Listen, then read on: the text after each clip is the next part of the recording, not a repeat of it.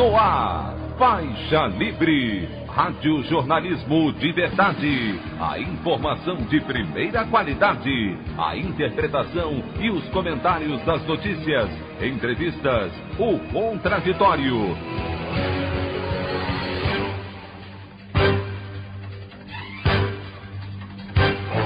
Tudo para aproximar você cada vez mais da realidade do Brasil e do mundo. Apresentação: Anderson Gomes. Polícia de Porto Alegre prende funcionária do supermercado Carrefour que presenciou a execução de João Alberto Silveira Freitas por 2 seguranças sem prestar socorro. Governo federal e distribuidora garantem retomada de 100% do fornecimento de energia elétrica no Amapá, 3 semanas após o apagão que levou caos social ao estado. Taxa de transmissão da Covid-19 no Brasil é a maior desde o mês de maio, de acordo com a Escola Britânica. Especialistas apontam o início de segunda onda de infecções no país. Essas e outras notícias na edição desta quarta-feira, 25 de novembro do ano de 2020 do programa Faixa Livre.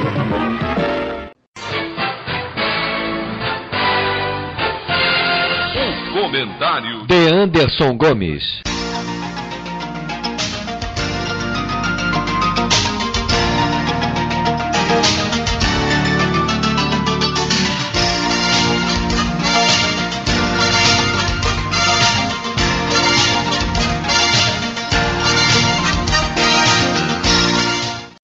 Bom dia, ouvintes. Parece que, finalmente, após 3 longas semanas de prejuízos e irresponsabilidade, o fornecimento de energia elétrica foi completamente restabelecido no Amapá ontem. Pelo menos foi o que garantiu a distribuidora e o governo federal. Segundo a Companhia de Eletricidade do Amapá, o fim do rodízio de energia se deu após a energização de um segundo transformador na subestação Macapá, que se incendiou no dia 3 de novembro. Mais de 20 dias de absoluto caos social, que contou com 2 apagões que atingiram 13 municípios e quase 1 milhão de pessoas. Esse é o retrato do Brasil profundo que muitos dos brasileiros que habitam os grandes centros não conhecem. Esperamos que não haja outro episódio semelhante e, mais do que isso, que os responsáveis pela crise energética no estado sejam severamente punidos, com a cassação da concessão da empresa Gemini Energy. Eu gostaria também, nesse espaço editorial, de fazer a leitura da coluna do jornalista Bernardo Melo Franco, publicada ontem no jornal o Globo, onde ele comenta um fato marcante que a bela campanha de Guilherme Boulos, do PSOL, a Prefeitura de São Paulo trouxe e pode mudar a ordem política nacional. O título do texto é "À Frente de Boulos". O prefeito Bruno Covas lidera as pesquisas e é favorito para vencer a eleição de São Paulo. Mas foi da campanha do seu adversário, Guilherme Boulos, que surgiu o fato político mais relevante do segundo turno até aqui. No sábado, Lula, Ciro Gomes, Marina Silva e Flávio Dino apareceram juntos na propaganda do candidato do PSOL. Os 4 não dividiam o mesmo palanque eletrônico desde 2006, quando o ex-presidente conquistou o segundo mandato. Boulos emergiu como a grande novidade do primeiro turno. Com 17 segundos na TV, ultrapassou veteranos como Márcio França e Celso Russomano, que contava com o apoio do presidente Jair Bolsonaro. O candidato do PT, Gilmar Tato, amargou um vexatório 6º lugar. O PSOL investiu na dobradinha entre um candidato de 38 anos e uma vice de 85. A presença de Luiza Erundina ajudou a atenuar um dos pontos fracos de Boulos. Se ele nunca ocupou cargos públicos, ela governou a cidade entre 1989 e 1992. A campanha improvisou uma espécie de papamóvel para a ex-prefeita circular na pandemia. Protegida por uma cabine de acrílico, ela percorre a periferia em busca de votos que se descolaram do PT em 2016. Apesar da aposta no corpo a corpo, Boulos decolou graças à internet. Sua candidatura ganhou impulso nas redes sociais, onde o bolsonarismo reinou sozinho na última eleição. Ele mobilizou artistas e ganhou a preferência dos eleitores mais jovens. O líder do MTST moderou o tom, mas não abriu mão do discurso contra a desigualdade e a extrema-direita instalado no Planalto. No segundo turno, isso o ajudou a reunificar o campo progressista, que se estranhava desde o rompimento de Lula e Ciro na corrida presidencial. A união em torno de Boulos fez a esquerda voltar a sonhar com uma aliança nos moldes da Frente Ampla Uruguaia para enfrentar Bolsonaro em 2022. O cenário ainda é improvável, mas deixou de ser impossível. E Boulos será peça-chave para qualquer acordo daqui a 2 anos. A opinião do Faixa Livre. Bandeirantes, 1360. Estamos apresentando Faixa Livre. Voltamos a apresentar Faixa Livre. Estamos de volta, ouvintes, com o início da edição de hoje do programa Faixa Livre, que tem na sua produção a jornalista Celeste Sintra, auxiliada pela também jornalista Natália Moraes, tendo no comando do áudio o Francisco. Meu bom dia a todos. E meu bom dia também a você, que pode aqui participar nos enviando mensagens eletrônicas para o endereço ouvinte@programafaixalivre.com.br ou ainda registrando suas participações diretamente nas nossas redes sociais. No Facebook, nossa página é o Programa Faixa Livre. No Twitter e no Instagram, para deixar o seu recado, basta seguir os perfis @PGMFaixaLivre. Lembrando que as participações por telefone estão inviabilizadas, pois durante o período da pandemia do novo coronavírus, nosso programa está sendo gravado no dia anterior à sua veiculação. Pedimos desculpas aos nossos ouvintes que costumam interagir conosco desta forma, mas foi a maneira encontrada pela equipe do Faixa Livre para mantê-los informados sobre o que acontece no país e no mundo com essa nossa visão crítica e, ao mesmo tempo, preservando a saúde dos profissionais que levam o programa ao ar. O Faixa Livre pode ser acompanhado também pelo nosso aplicativo para celulares com sistema operacional Android. O nome do aplicativo é Programa Faixa Livre. Os ouvintes também têm acesso à transmissão pelo nosso site, o www.programafaixalivre.com.br, ou pela página da Associação de Engenheiros da Petrobras, a AEPET, uma das nossas entidades patrocinadoras, no www.aepet.org.br. Para quem perdeu alguma das edições ou quer ouvir novamente o Faixa Livre, os áudios das entrevistas e editoriais estão disponíveis no nosso podcast, nos aplicativos Spotify, Deezer e Castbox. E dando início às nossas entrevistas, eu cumprimento o presidente municipal do PDT, Augusto Ribeiro. Augusto Ribeiro, bom dia. Muito bom dia, Anderson. Muito bom dia aos ouvintes da Band. Muito obrigado, Augusto, por você estar aqui conosco no Faixa Livre. Augusto, 10 dias atrás nós tivemos o primeiro turno das eleições municipais em todo o país, que acabou confirmando algumas tendências que nós já percebíamos há algum tempo. Antes de nos aprofundarmos em algumas análises, Augusto, eu gostaria de uma avaliação sua mais geral a respeito do resultado das urnas nesse primeiro turno aqui no Rio de Janeiro, por favor. Algo te surpreendeu? Como é que você observou esse primeiro turno do pleito no município? Bom, Anderson, essa foi uma eleição muito atípica, né? Por conta da pandemia, a gente teve uma participação popular muito pequena nas eleições, na campanha, né? A gente não viu campanha de rua praticamente. Ainda teve o problema de não ter havido debate nessas eleições, só a Band que promoveu um debate. As outras emissoras seguiram a Rede Globo e não fizeram nenhum debate, o que prejudicou muito, por parte da população, o reconhecimento nos candidatos das suas propostas.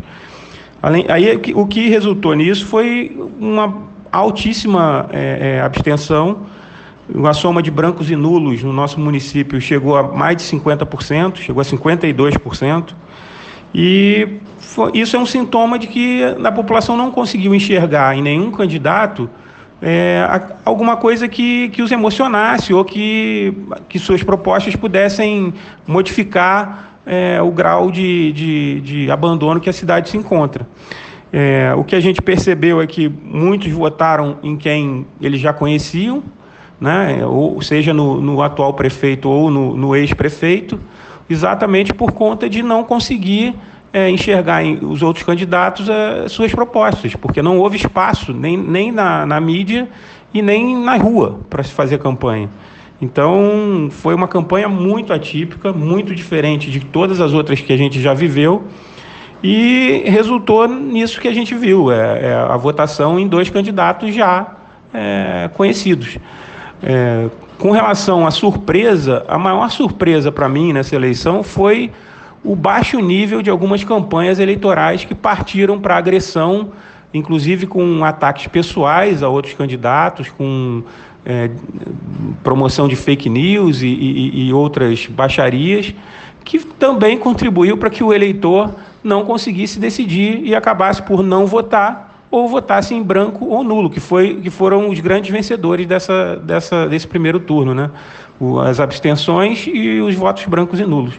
Então, o que a gente teve foi uma eleição muito complicada, muito atípica e que não refletiu os ventos democráticos que a nossa cidade precisa. E, lamentavelmente, isso aconteceu no Rio de Janeiro. Agora, o resultado eleitoral do campo da centro-esquerda foi trágico, na nossa opinião, Augusto. Nenhum candidato progressista conseguiu avançar ao segundo turno na disputa pela prefeitura. Os 2 nomes que despontaram nas pesquisas de intenções de voto, que são justamente a Marta Rocha, do seu partido, o PDT, e a Benedita da Silva, do PT, acabaram decepcionando nas urnas. Ambas terminaram praticamente empatadas na terceira posição, mais de 10 pontos percentuais atrás do atual prefeito Marcelo Crivella, que sofre com uma rejeição monstruosa dos eleitores cariocas. O que levou a esse resultado ruim da centro-esquerda na eleição para a prefeitura, Augusto? Qual foi o erro cometido pelo campo progressista? Bom, Anderson, eu tenho a opinião de que essa eleição não se deu por meio de uma escolha entre campos políticos. Ela se deu muito mais por quem era mais conhecido ou menos conhecido por parte da população. Exatamente pela falta de debates, né? Da falta de discussão, da falta de espaço na mídia. O campo conservador acabou se beneficiando dessa ausência de discussão de propostas e de debates e acabou conseguindo levar 2 candidatos conservadores para o segundo turno. Acho que, diante das características dessa eleição, a gente não pode falar em resultado trágico por parte da esquerda e da centro-esquerda. O que houve, na verdade, foi a ausência de discussão. E aí predominou aqueles que já estavam no imaginário popular. Para você ter uma ideia, o PDT teve a melhor votação majoritária desde a década de 90. Então, para nós do PDT, foi uma grande vitória essa eleição. Não conseguimos chegar no segundo turno, mas conseguimos mostrar que o partido está forte, que o partido tinha uma candidatura viável, uma candidatura que tinha excelentes propostas, com certeza tinha um melhor plano de governo. A gente apenas não conseguiu divulgar isso da maneira que deveria, né? Porque por todos esses fatores que a gente já colocou. O que houve, na minha opinião, e eu repito, é que por falta de debate e de uma campanha mais participativa nas ruas e com a população sendo envolvida, houve uma opção por votar em quem já era conhecido, ou até por não votar em ninguém, né? Que foi, na verdade, foram os grandes vencedores, os votos nulos, brancos e as abstenções nessa eleição. É claro que o PDT sabe que poderia ter feito uma eleição melhor, a gente poderia ter conseguido chegar ao segundo turno, que era o nosso desejo, Mas aí também vem outros fatores, como, por exemplo, os ataques covardes que a nossa candidata sofreu e etc. Então, a gente sabe que o resultado das urnas foi, na verdade, um grande não a essa prefeitura que está aí, que é uma prefeitura terrível, uma prefeitura conduzida de uma forma extremamente irresponsável, e um não também para a administração anterior, que não conseguiu emocionar as pessoas e a grande maioria das pessoas votou contra essas duas propostas, né? Então, o que a gente tem hoje é uma eleição de um campo conservador e que, na verdade, não conseguiu emocionar a grande maioria da população. Falando especificamente da campanha da Marta Rocha, Augusto, vocês no partido já diagnosticaram o que pode ter levado a essa diferença entre os números nas pesquisas de opinião, que algumas vezes colocavam a candidata do seu partido no segundo turno, e o resultado das urnas? Algo aconteceu nessa reta final que tenha prejudicado a Marta, Augusto? Bom, Anderson, com relação à campanha da deputada Marta Rocha, o que nós percebemos é que a deputada largou muito bem, ela começou muito bem com a participação dela no debate da Band, mostrou ali conhecimento da cidade, mostrou capacidade de debater, mostrou que conhecia o Rio de Janeiro, que tinha propostas muito boas para a cidade. E, a partir dali, ela começou a subir nas pesquisas e chegou a aparecer em uma das pesquisas do Datafolha, eu acredito, como uma pessoa que poderia vencer o candidato Eduardo Paes no segundo turno. A partir daí, se iniciou uma campanha de destruição e de ataques à candidatura dela sem precedentes, pelo menos que eu me lembre, na história das campanhas do Rio de Janeiro. Houve uma mobilização intensa nas redes sociais de ataques, inclusive muitas vezes com fake news, contra a candidata, levando inclusive para o lado pessoal, mas muita baixaria, muito ataque infundado. E o que a gente viu foi que, apesar de todos esses ataques, a candidata permaneceu com um número nas pesquisas que dava um empate técnico entre ela e o candidato Marcelo Crivella. Quando foi se aproximando do final da campanha, o próprio campo da esquerda começou a perceber que os votos dos seus candidatos começaram a migrar para a candidata Marta Rocha. Quando a gente chegou na última semana, essa tendência era grande. A gente tinha trackings internos que mostravam que ela estava conseguindo captar os votos úteis de outros candidatos do campo da esquerda. E aí o que aconteceu? Na sexta-feira, se não me engano, no último dia de campanha, ou no sábado, não me recordo bem, saíram 3 pesquisas. Em 2 delas, a deputada Marta Rocha estava empatada com o candidato Marcelo Crivella, em segundo lugar. E em uma última pesquisa, que foi a pesquisa do Ibope, ela apareceu em terceiro lugar. Na verdade, em quarto lugar, atrás da candidata Benedita da Silva. O que foi muito estranho, porque depois isso não se repetiu nas urnas, tanto que ela ficou em terceiro lugar, mas foi um movimento que permitiu que os votos úteis que estavam vindo para a candidata Marta Rocha passassem para a candidata Benedita da Silva, que nas pesquisas anteriores tinha um patamar de votos muito baixo, muito mais baixo do que a Marta e do que o Crivella. Então, foi muito esquisita aquela última pesquisa. Aquilo ali, para mim, não ficou bem esclarecido. Eu acho que houve um erro grotesco, tanto que depois, na própria eleição, esse erro se solidificou, porque a candidata Marta Rocha ficou em terceiro lugar. Então, eu acho que o grande problema que nós tivemos foram 2. Primeiro, abaixaria e que, a partir do momento em que a Marta começou a crescer e mostrar que tinha condição real de ganhar a eleição, ela começou a sofrer nas redes e até na própria televisão mesmo, por meio da campanha dos seus adversários. E, no último momento, por conta de uma pesquisa muito esquisita que saiu no último dia, mostrando uma coisa que não era real, impedindo que os votos úteis viessem para ela, os votos úteis da esquerda viessem para ela e a levassem ao segundo turno.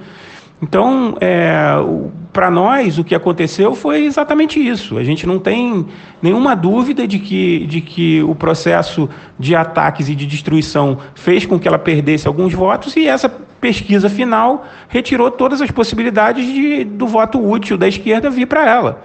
E aí fez com que a candidata Benedita da Silva absorvesse alguns desses votos, e acabou que nenhuma das duas foi para o segundo turno. A Marta ficando, inclusive, em terceiro lugar, contradizendo essa última pesquisa. Eu ouvi muita gente do campo progressista criticando Augusto, e eu imagino que isso tenha chegado a vocês da cúpula do PDT, o fato de o partido ter, de alguma forma, desfigurado determinados símbolos históricos e usado outros que acabaram aproximando a Marta Rocha dessa retórica autoritária que nós temos desde a campanha para as eleições presidenciais de 2018, que resultou na ascensão do bolsonarismo no nosso país. Eu me refiro especialmente a duas coisas. Primeiro, a substituição do emblema do PDT, que sempre foi uma mão segurando uma rosa e deu lugar a um distintivo da polícia durante a campanha da Marta. Outra coisa foi esse slogan "Chama a Delegada", que acabou pegando muito mal para a esquerda, Augusto. Ficou meio claro que o partido tentava, com esse slogan, alcançar aqueles eleitores de centro-direita que se identificam com a pauta da segurança pública. Mas agora, encerrada a eleição, você considera ter sido a melhor alternativa? Você concorda com essas críticas? Esse tipo de discurso não acabou levando à perda desses votos de eleitores de esquerda, Augusto? Qual foi a avaliação que vocês do PDT fizeram internamente? Anderson, o que a gente tentou fazer como estratégia de campanha foi fazer uma campanha ampla.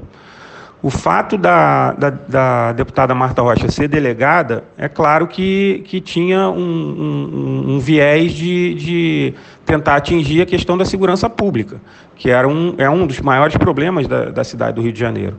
Não acho que a gente tenha adotado isso como forma de esconder algum símbolo de esquerda, nada disso. O que se tentou fazer foi buscar no imaginário popular alguém que pudesse realmente resolver os problemas da cidade.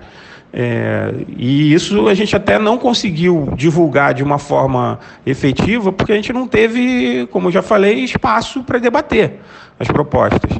É claro que se a gente tivesse ido para o segundo turno, provavelmente a gente daria uma roupagem mais de esquerda à campanha, exatamente por conta do embate com um campo conservador, que seria um dos nossos adversários, né?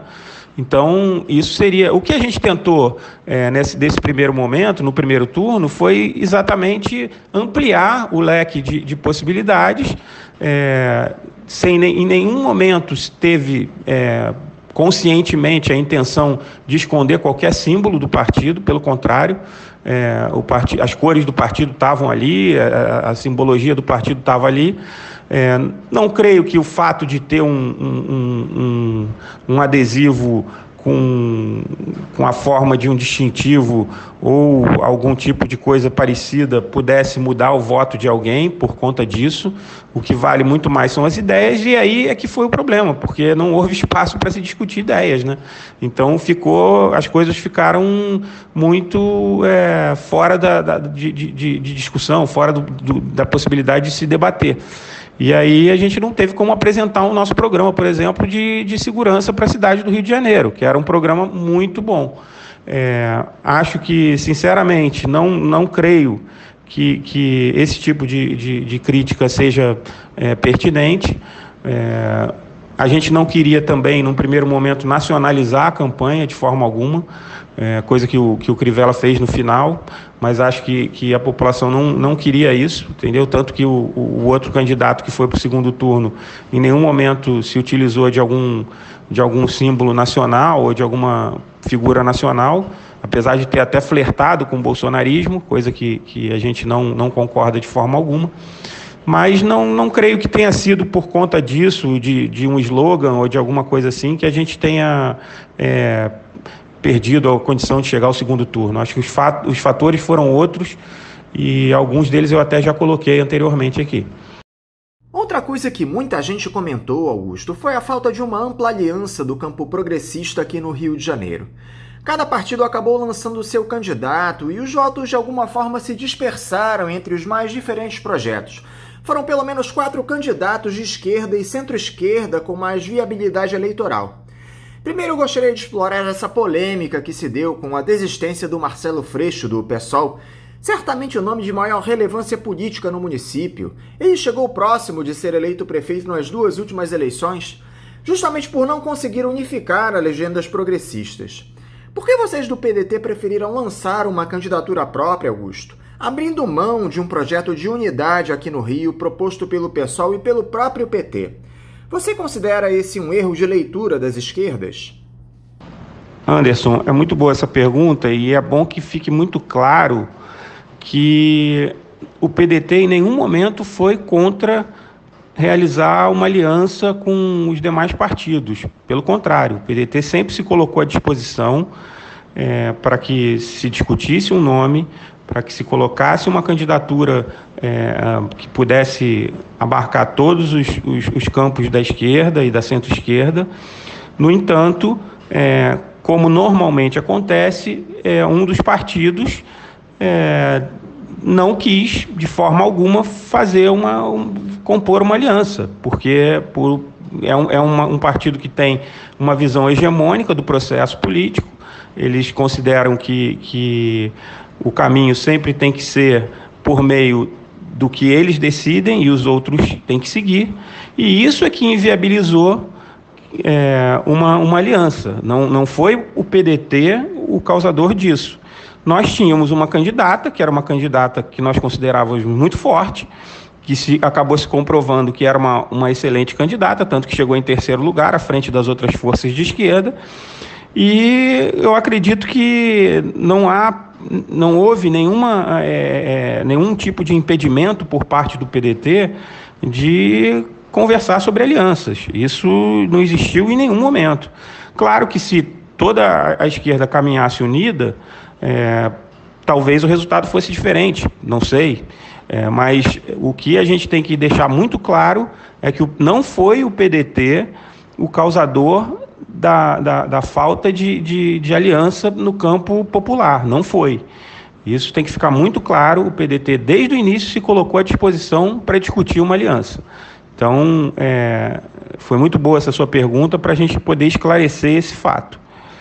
Depois, pouco antes da formalização das candidaturas, Augusto, houve um racha na aliança que o PDT faria com a Rede para a disputa pela prefeitura.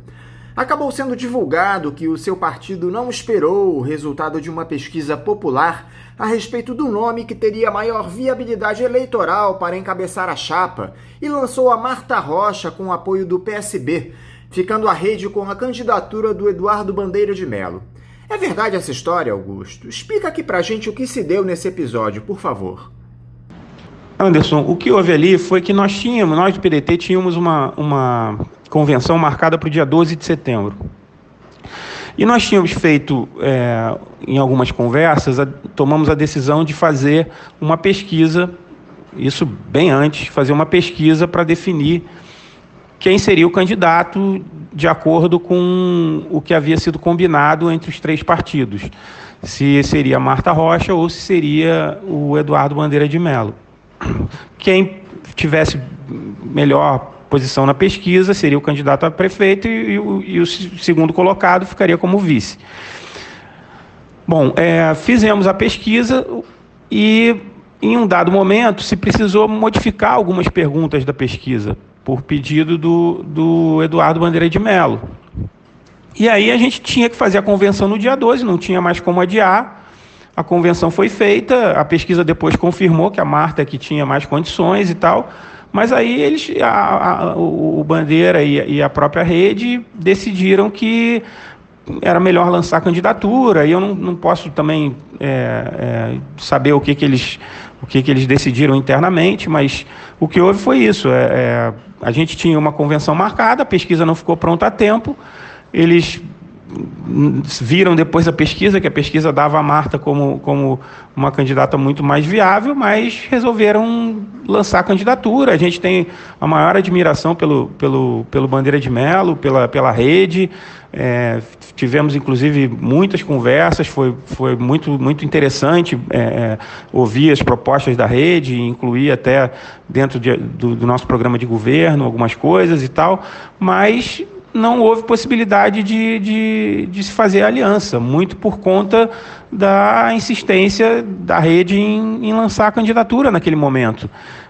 Então, o próprio PSB e o PDT acabaram tendo que montar uma chapa, e nós do PDT ficamos muito contentes com a vinda do Anderson Quack para a chapa, que é um quadro muito interessante do PSB, uma pessoa muito preparada, muito capaz, com uma inserção popular muito grande, e aí a chapa ficou PDT e PSB. Infelizmente, a rede não pôde integrar a chapa, o que teria sido muito bom para a democracia da cidade, para que a gente pudesse ter uma candidatura um pouco mais ampla, mas infelizmente não foi possível. Por que você acha que há todo esse racha da esquerda, não apenas no Rio de Janeiro, como no Brasil, Augusto? Por que as legendas progressistas não conseguem chegar a um consenso em um cenário como esse, de avanço do conservadorismo no nosso país? Olha, Anderson, essa é uma questão muito complexa, né? A gente tem uma gama de partidos de esquerda e de centro-esquerda no país. São partidos que têm programas e ideias diferentes. Para a gente conseguir chegar a um denominador comum, não é uma coisa muito simples. A gente tem muita dificuldade com alguns partidos que são mais sectários, tem outros partidos que já são muito mais abertos. O próprio PSB conversa muito bem com o PDT, são dois partidos que têm amplas alianças em muitos lugares. A gente tem o próprio PT, é um partido que, por ter ficado durante muito tempo no governo, e essa prática ele já tem de muitos anos, né? Já desde a criação do PT, é uma prática hegemônica. Eles não querem de forma alguma abrir mão de capitanear o processo. Isso prejudica muito qualquer possibilidade de aliança no campo da esquerda. Na verdade, isso acaba por fazer com que os outros partidos rejeitem um pouco até a legenda do PT, né? Porque o PT sempre teve essa postura, né? Não posso deixar de lembrar que o Brizola chegou a ser vice do Lula. O Brizola, na eleição de 89, transferiu toda a votação dele no Rio e no Rio Grande do Sul para o PT, para o Lula ter a votação que teve no segundo turno, no Rio e no Rio Grande do Sul. Se você for olhar, são exatamente os mesmos percentuais que o Brizola transferiu. Só que aí veio uma eleição no ano seguinte, e aqui no Rio, por exemplo, o PT lançou um candidato contra o Brizola. Quer dizer, é uma postura que já vem de muito tempo e que isso prejudica muito a aliança da esquerda em torno de um nome, entendeu? Eu acho que enquanto não houver por parte do próprio PT uma visão um pouco menos hegemônica desse processo político, a gente vai ter muita dificuldade de construir aliança. Eu acho que temos avançado, acho que a candidatura do Boulos em São Paulo e da Manuela lá no Rio Grande do Sul são exemplos desse avanço. Eu acho que as coisas estão começando a ser entendidas até pelo próprio PT, mas é um processo difícil, é um processo duro, e que não vai ser muito rapidamente que vai se conseguir fazer isso. Isso vai ter que ter muita conversa, muita discussão, muito debate, para que a gente consiga, no campo da esquerda e da centro-esquerda, criar uma unidade. Esse é o meu pensamento. Eu acho que tem uma dificuldade, mas nada é impossível quando se está lutando pelo bem do povo brasileiro. O O PDT decidiu, nesse segundo turno, não apoiar nenhum dos candidatos à Prefeitura do Rio, Augusto, nem Eduardo Paes, tampouco Marcelo Crivella. O que levou vocês a tomarem essa decisão? Lembrando que a maioria dos partidos de centro-esquerda anunciaram o não voto no bispo licenciado da Igreja Universal. Olha, Anderson, o partido discutiu internamente, houve uma reunião da executiva municipal, inclusive ampliada com alguns integrantes da executiva estadual, e se tomou a decisão da neutralidade nesse processo, de passar para cada militante, para cada filiado, que vote conforme sua consciência mandar. Não havia nenhuma possibilidade de nós apoiarmos o atual prefeito Marcelo Crivella, até por conta da ligação dele com o Bolsonaro. A gente não tem a menor condição de apoiar um candidato que tenha qualquer ligação com a pessoa do presidente da República. E com relação ao candidato Eduardo Paes, o que houve foi, seria até o caminho natural para o PDT, mas a campanha demonstrou que o candidato Eduardo Paes tomou uma conduta, muitas vezes, com um viés bolsonarista, de ataques, de muitas vezes divulgação de fatos da vida pessoal da candidata Marta Rocha, de não discutir propostas, de partir para agressão o tempo todo, e isso fez com que as pontes entre o PDT e o próprio Eduardo Paes, que eram uma relação até certo ponto sólida, se desfizessem, né? As pontes se desfizeram. Então, eu acho que nesse momento não haveria a menor possibilidade do PDT apoiar o candidato Eduardo Paes por conta de tudo que aconteceu durante a campanha, até pelo flerte dele em um dado momento com o bolsonarismo. Isso não tem como a gente apoiar nesse momento uma candidatura que teve essa postura durante a eleição e que foi tão nociva para o processo democrático na cidade do Rio de Janeiro. Então, o PDT, democraticamente, passou aos seus filiados a decisão de votar em quem cada um achasse melhor. Eu acho que foi a decisão mais correta a se tomar nesse momento. Acho que a eleição está dividida entre dois campos conservadores e o PDT não tinha muito o que fazer nesse segundo turno, não. Acho que foi a decisão acertada, foi unânime a decisão da executiva, dos membros da executiva que participaram da reunião, inclusive com a participação da deputada Marta Rocha e do presidente nacional, Carlos Lupe, e de alguns membros da executiva estadual. Todos concordaram pela posição de neutralidade. No que diz respeito à disputa para a Câmara de Vereadores, Augusto, qual é a análise que vocês do partido fizeram para a nova formação das bancadas? Te agradou o resultado da eleição? Com relação à Câmara de Vereadores, Anderson, o que a gente percebe é que não houve uma renovação significativa da Câmara. Só 17 vereadores não se reelegeram, né? E isso eu acho que se dá muito por conta da característica dessa eleição, né, desse ano, que ficou uma eleição muito fechada. As pessoas não conseguiram aparecer ou demonstrar as suas propostas e passar as suas propostas para a população. Não houve campanha de rua, não houve uma mobilização por parte da população em torno da eleição, muito por conta do medo da contaminação, da pandemia, né? Então, o que a gente percebe é que houve uma manutenção de quem já tinha mandato, porque já tinha um trabalho, já tinha a possibilidade de construir uma candidatura de uma forma mais real, né, mais forte, porque já tinha um trabalho político consolidado. Então, a renovação foi difícil. Ficou uma Câmara muito conservadora, apesar da esquerda ter feito alguns vereadores, né, mas não houve uma migração de votos para o campo da esquerda, não. Eu acho que a Câmara continua muito conservadora, refletindo um pouco o que a gente viu na própria eleição majoritária, né, com dois candidatos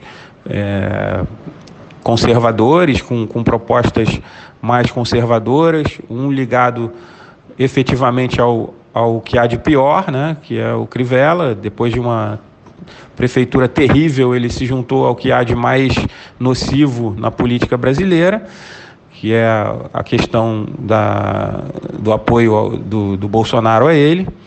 E, do outro lado, temos um candidato também conservador, ligado ao DEM, que é um partido de práticas neoliberais, de práticas que, ao longo dos anos, demonstra não ter muito apreço pela questão social, né?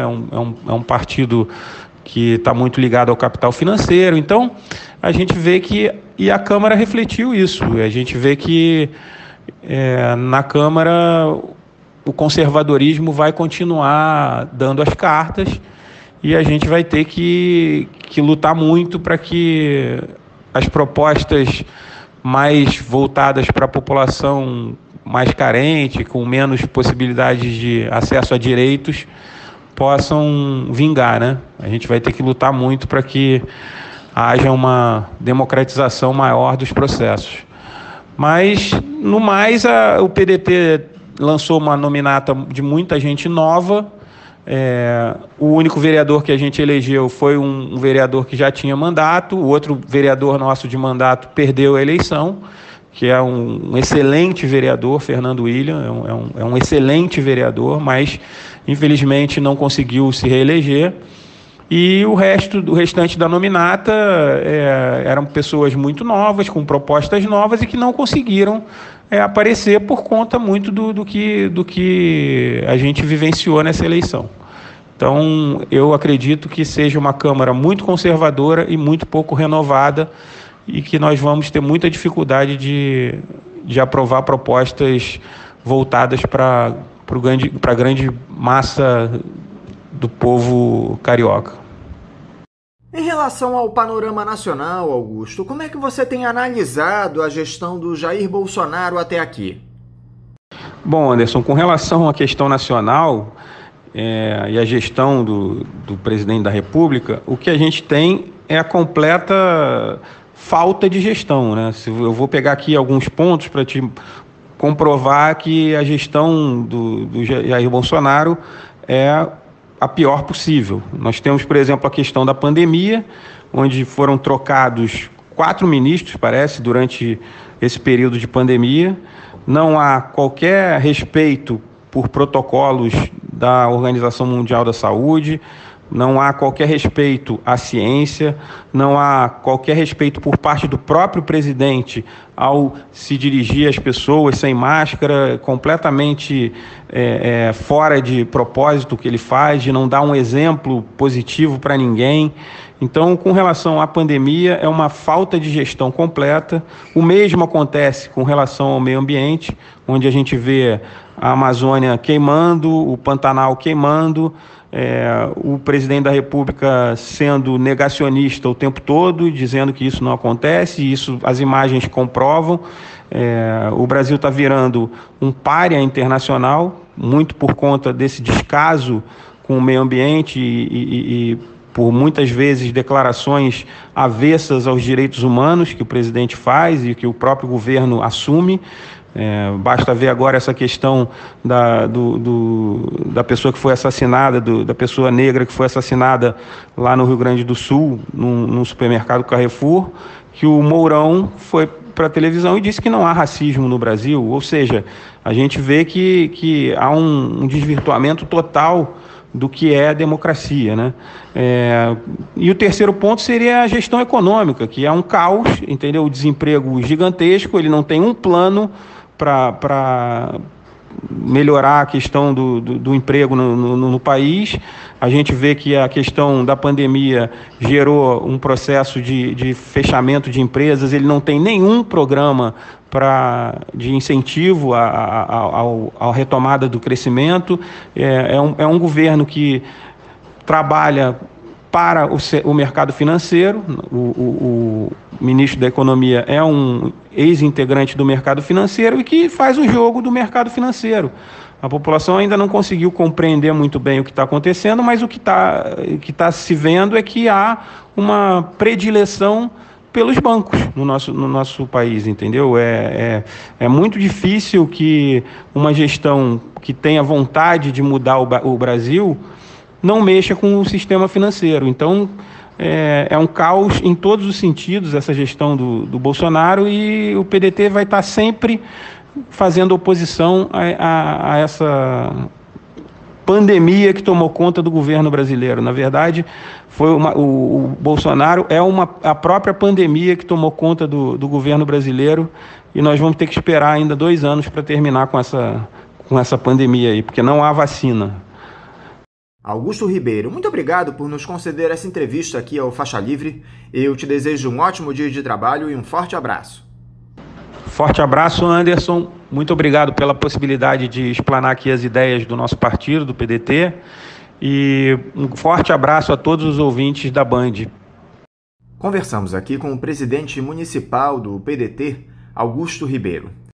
Dentro desse processo de transição que vem ocorrendo no programa nos últimos tempos, os ouvintes que desejam ajudar a manter o Faixa Livre no ar devem passar a fazer as suas contribuições na conta em nome da Associação de Funcionários do BNDES, a AFBNDES, cuja agência é a do Banco Itaú, de número 1964, conta corrente 03004, dígito 1.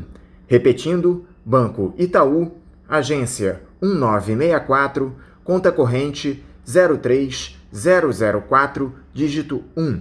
O CNPJ da AFBNDES para a realização dos depósitos de quem não é cliente do referido banco é o 33984-550-0001-41. Repetindo, o CNPJ da AFBNDES é o 33984-550-0001-41. Lembrando que todos os recursos depositados nesta conta são destinados exclusivamente ao financiamento dos custos do Faixa Livre.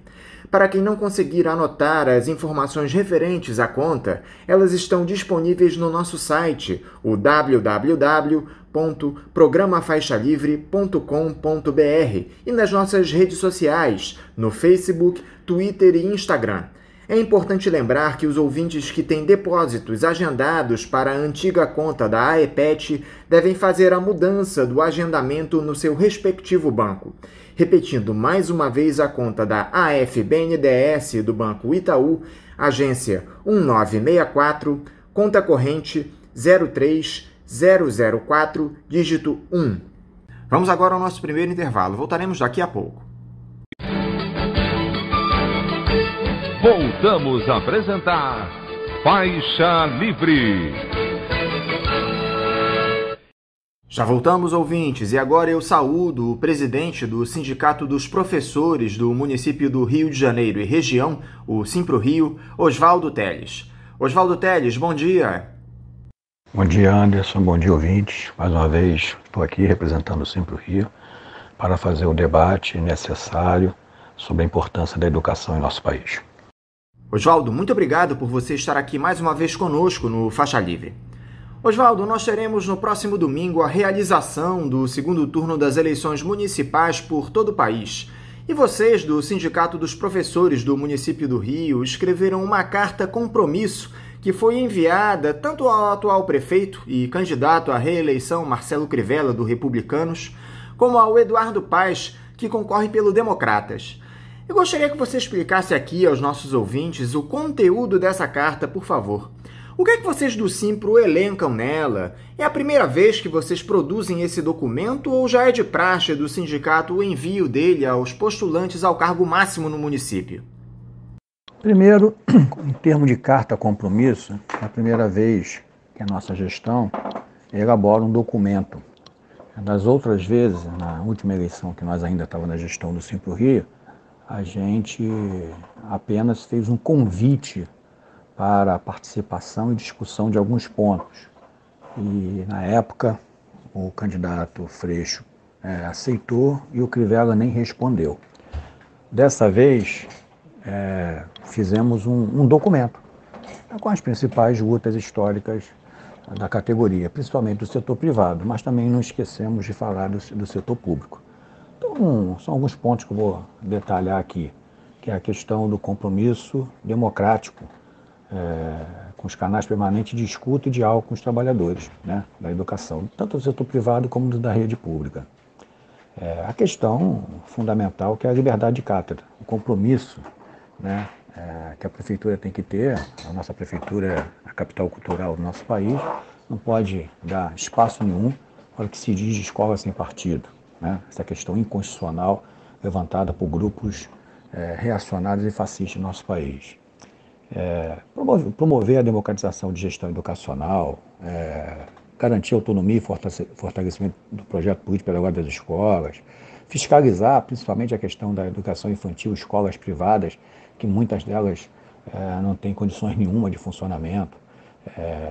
Então, participar de uma série de situações importantes no setor da educação e evidentemente, colocar isso em prática. Então, é uma carta longa, né, de alguns itens importantes, que eu apenas citei alguns aqui, que são pleitos históricos da nossa categoria, que infelizmente os prefeitos assumem e não têm esse compromisso. Então, dessa vez fizemos uma carta mais robusta e entregamos para os dois. O Eduardo Paes ficou ou através dele ou da assessoria deles, essa semana conversar com a gente, marcou até uma data, e o Crivella nem respondeu, como da outra vez, né? Então, nós colocamos no portal e caso eles, os candidatos, quisessem fazer um vídeo ou fazer uma declaração, a gente também botaria no portal para comunicar à categoria o posicionamento deles. Mas, infelizmente, até agora, nenhum dos dois ainda assinaram o documento e também não de uma certa maneira, não fizeram algum vídeo, algum documento nesse sentido.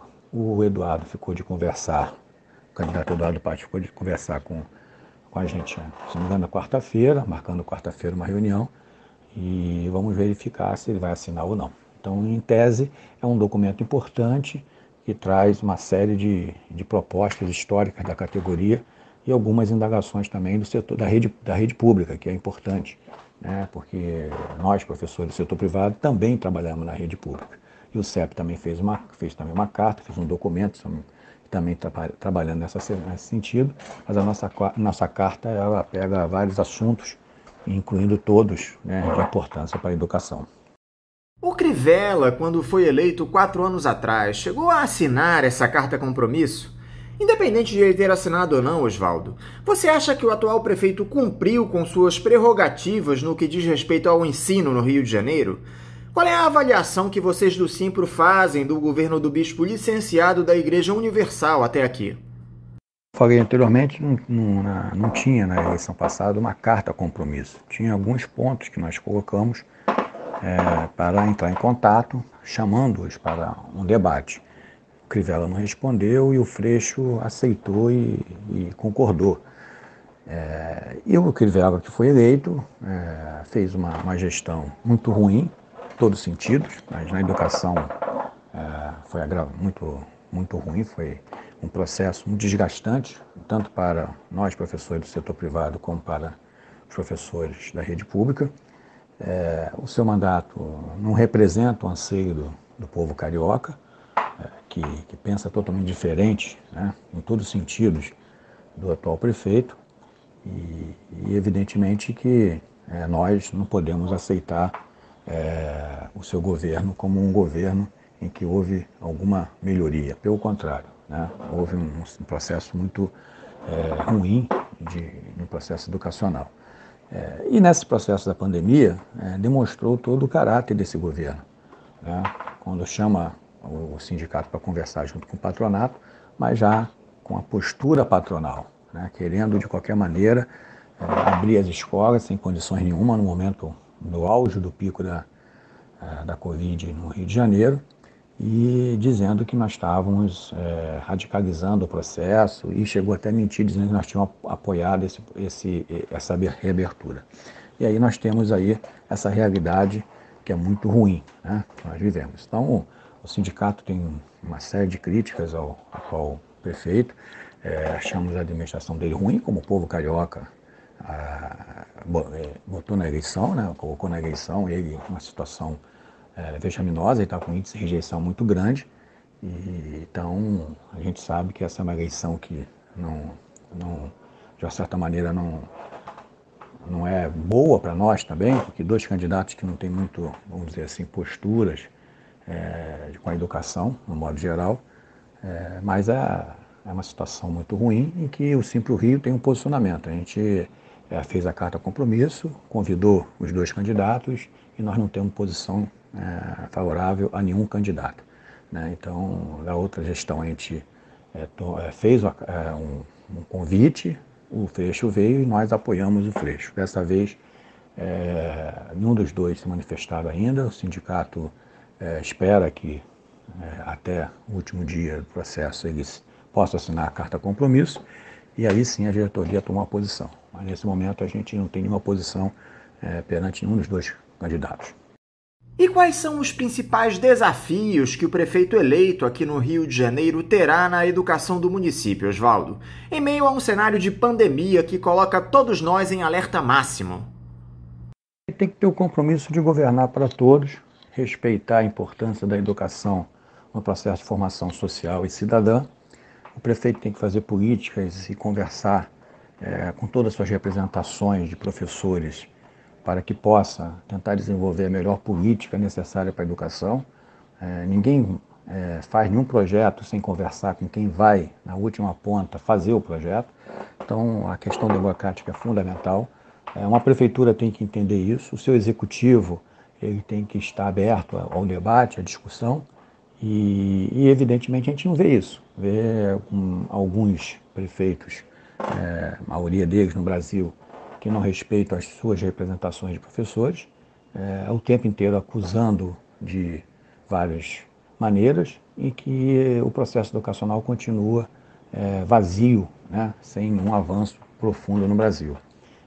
Os investimentos não são colocados, né, nós sabemos, para a questão constitucional, a obrigação de cada município, cada estado e do governo federal sobre as verbas da educação, e que nós temos visto ultimamente a retirada de verbas.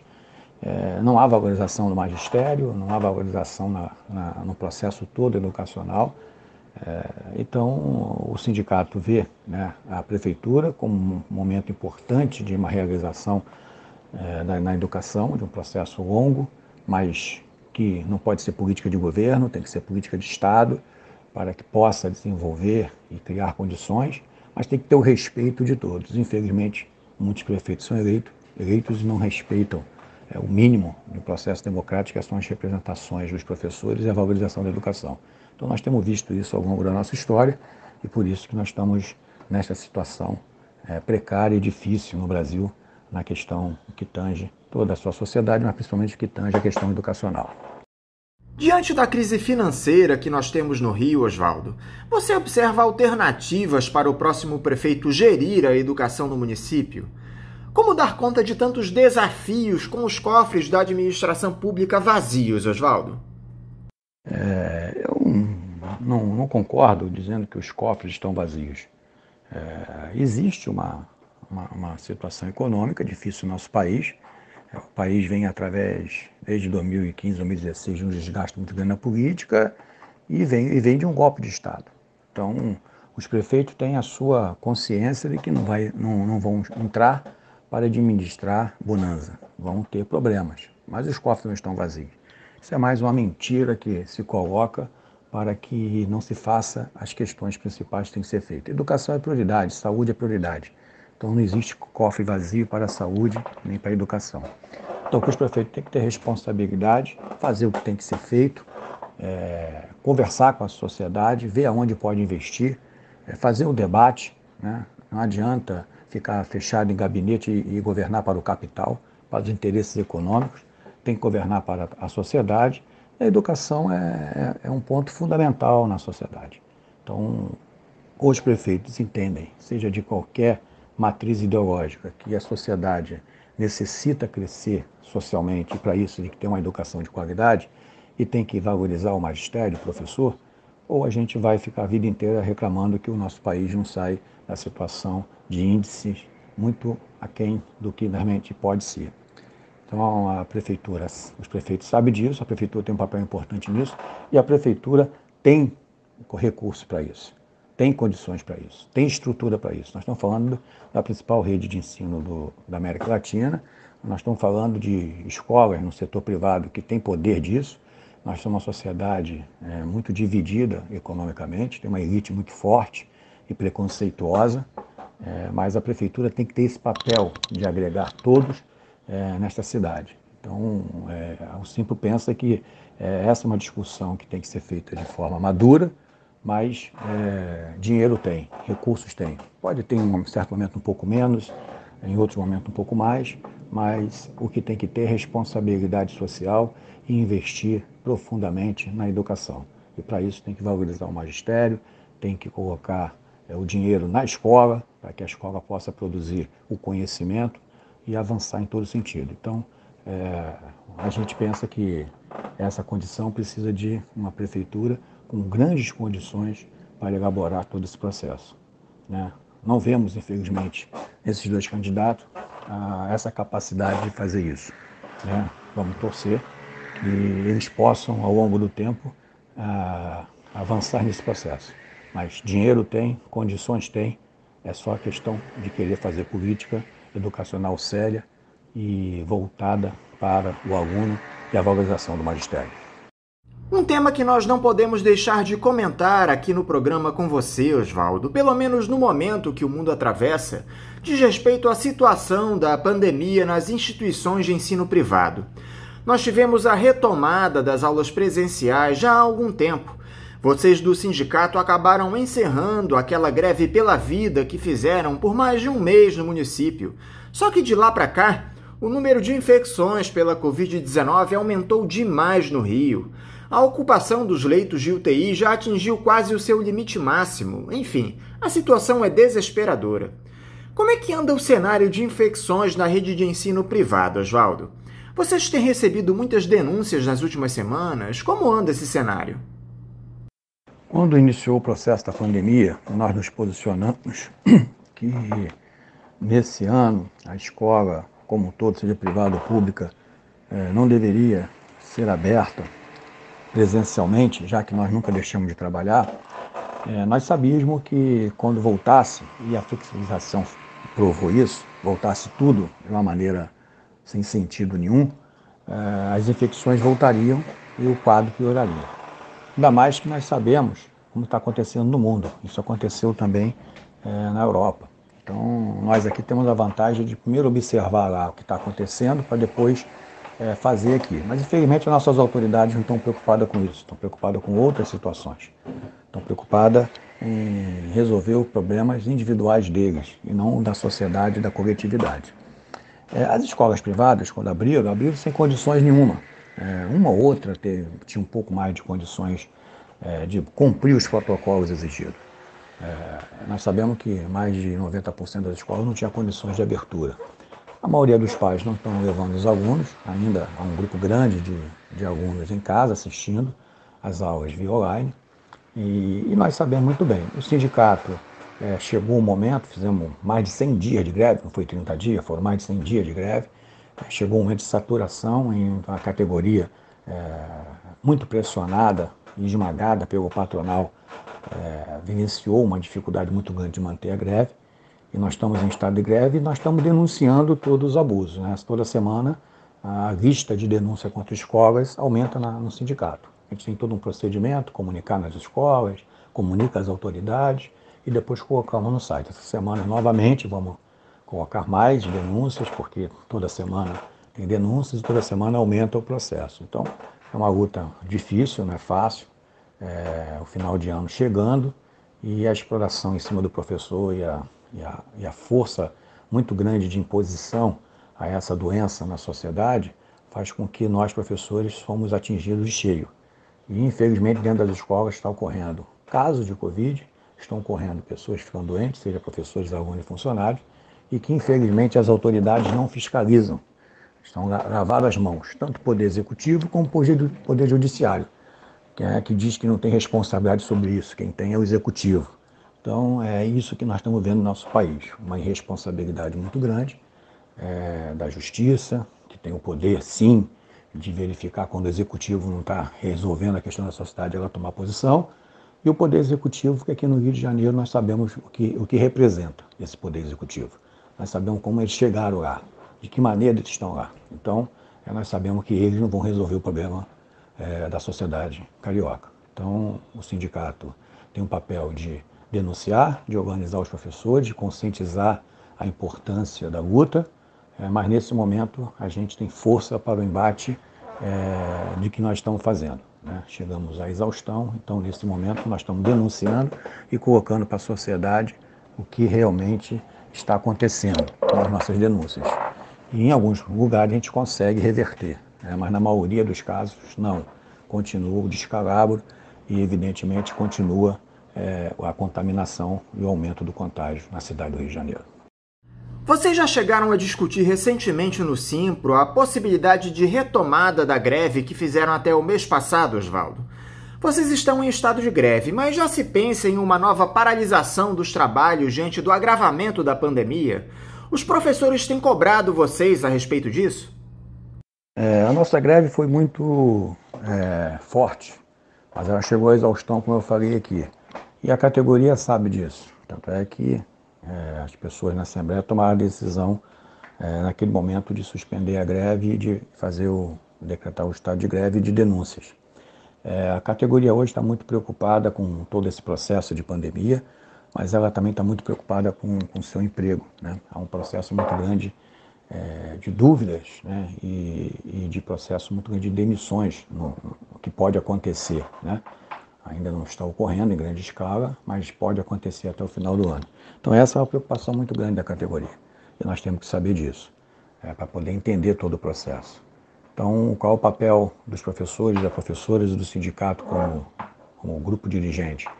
É denunciar o que está totalmente fora de qualquer condições de funcionamento, e está ocorrendo. As autoridades, algumas estão conseguindo comunicar e fiscalizar as escolas, mas não o Poder Executivo, está vindo o Poder Judiciário, as nossas denúncias, e a nossa organização continua. Nós estamos continuando fortes nesse processo de resistência. E vamos verificar, conforme vai passando o tempo, o que podemos fazer. A categoria ainda está discutindo todo esse processo, principalmente de final de ano. Tem muitas outras questões relativas à questão do trabalho. Até agora não conseguimos fechar a nossa convenção. Tem uma série de situações trabalhistas que nós estamos debatendo e discutindo, que isso está sendo a ordem principal nesse momento. E as denúncias que nós tiramos em Assembleia, que nós não íamos deixar de fazer e comunicar às autoridades. Então esse é o papel nesse momento em que a categoria está exercendo. Que nós estamos tentando, de uma certa maneira, discutir, debater e melhorar as condições de trabalho no setor privado do Rio de Janeiro. E como anda a presença dos alunos em sala de aula, Oswaldo? Já se retomou o nível de ocupação das escolas de antes da pandemia? Os responsáveis têm deixado as crianças e jovens voltarem às aulas presenciais? A maioria dos pais não estão levando os filhos para as escolas. Uma outra escola que tem um pouco mais de índice de participação. A maioria, a participação é pequena, bem abaixo do que até eles esperavam. Por diversos fatores, final do ano, a preocupação, o nível de contágio ainda da cidade do Rio de Janeiro continua alto e agora vem crescendo. Os hospitais estão com mais de 90% de sua capacidade ocupada. Então tem uma série de questões que preocupam os pais. Então os pais não estão enviando. Agora, tem escola que chegou um índice? Tem, mas em sua maioria ainda a presença é muito pequena. São aqueles que realmente apontaram lá atrás que precisavam deixar os filhos por diversos motivos e que precisavam da escola aberta. Mas a maioria não, ainda o índice é baixo e no município também, os índices aí estão muito pequenos. Então essa é a grande realidade. A maioria dos pais estão com preocupação e estão esperando a vacina mesmo para que possam, no ano que vem, quem sabe, voltar, entre aspas, à normalidade. O que está mais ocorrendo é o pessoal da creche, que muitos precisam trabalhar e estão levando, e a questão do vestibular, né, do Enem, que é agora em janeiro. Então tem essa questão que também atrai os alunos do terceiro ano, né? Então tem uma série de situações que acaba levando os alunos às escolas. Mas o índice ainda é muito pequeno. O atendimento às medidas de segurança contra o novo coronavírus tem se dado de maneira efetiva tanto pelos alunos quanto pelas escolas, Oswaldo. Os professores têm reportado a vocês essa preocupação com a higiene nas instituições de ensino privadas? Vocês basicamente recai sobre essa questão. É muito difícil manter os protocolos, algumas não conseguiu desde o início, é muito complexo, nós estamos falando de faixas etárias muito diferentes, e então as denúncias são muito por isso. Além da contaminação, do caso de coronavírus nas escolas, tem a questão de não cumprimento de protocolos, que é o que nós colocamos no site. Essa semana nós vamos ter diferenciar o que é uma coisa da outra, né, das denúncias que estão chegando. Até sexta-feira vai estar no site mais explicado essas diferenciações. Mas é isso, o protocolo é muito difícil, as escolas não conseguem cumpri-los, que a gente tinha denunciado e continuamos denunciando a fiscalização. Só que a fiscalização aqui no Brasil é complicada, não vão, né, não tem nem gente para ir em todas as escolas. E na cidade do Rio de Janeiro nós temos um prefeito cúmplice desse processo, que não vai querer fiscalizar, evidentemente. Então, a gente sabe que só vai em caso extremo, quando acontecer como aconteceu um caso, aí vai. Mas fora disso eles não vão fiscalizar e, como eu falei no início, lavar as mãos e deixa rolar. É assim que funciona. Outro drama que já preocupava e continua preocupando a todos, Oswaldo, é o alto índice de demissões de profissionais do ensino privado. De um mês para cá, esse número diminuiu. Ainda há muitos professores perdendo o emprego nas escolas particulares, Oswaldo? É um número que vem aumentando, né? Não vem diminuindo. E vai chegar ao final, e quando chega ao final do ano, ele aumenta muito mais. Então as demissões vêm ocorrendo, nós fizemos até aquele fundo emergencial, e que está ainda, nós estamos ainda ajudando os professores que necessitam. Então as demissões só vão aumentar até o final do ano, não tem como diminuir. Então nós estamos em novembro, a tendência é que até dezembro mais demissões aconteçam, como acontece sempre no final do ano, né? E só que dessa vez a gente acredita que as demissões podem acontecer em escala até maior, né? Então vamos verificar, já discutimos isso inclusive com o sindicato patronal, já discutimos isso com algumas escolas, algumas dizem que não vai ter demissão, vai ser só pontual, como muitos falam, mas no final acabam demitindo, né? E é isso que é muito preocupante. E pior do que isso, é quando demite e não paga os direitos dos professores, né? Que além de demitir, deixando o professor sem emprego no momento de pandemia, que é um absurdo, ainda por cima não paga os direitos dos professores. Então essa é uma agravante muito séria. Então as demissões estão ocorrendo, estão aumentando e evidentemente é necessário que a gente cobre, né, principalmente das autoridades, que façam programas, como a gente vem apontando, para evitar a demissão no momento de pandemia, né? Mas infelizmente os nossos governos estão preocupados com isso, estão preocupados com outras questões, e principalmente para beneficiar o patronal, para beneficiar o capital. É isso que nós vemos na nossa política como um todo. Para encerrar, Oswaldo, nos últimos tempos no nosso país, como é de conhecimento de todos, a educação vem enfrentando uma série de ataques em diversos flancos, especialmente no que diz respeito à liberdade de cátedra dos professores. Há uma patrulha ideológica sempre pronta a denunciar qualquer tipo de atitude dos educadores que soe como doutrinação a esses radicais bolsonaristas. Como é que os profissionais de educação da rede privada têm percebido nos últimos tempos esse tipo de patrulha, especialmente dos pais de alunos? Isso diminuiu com a pandemia? Dá pra gente esperar uma mudança desse cenário em 2021, pelo menos aqui no município do Rio de Janeiro, Oswaldo?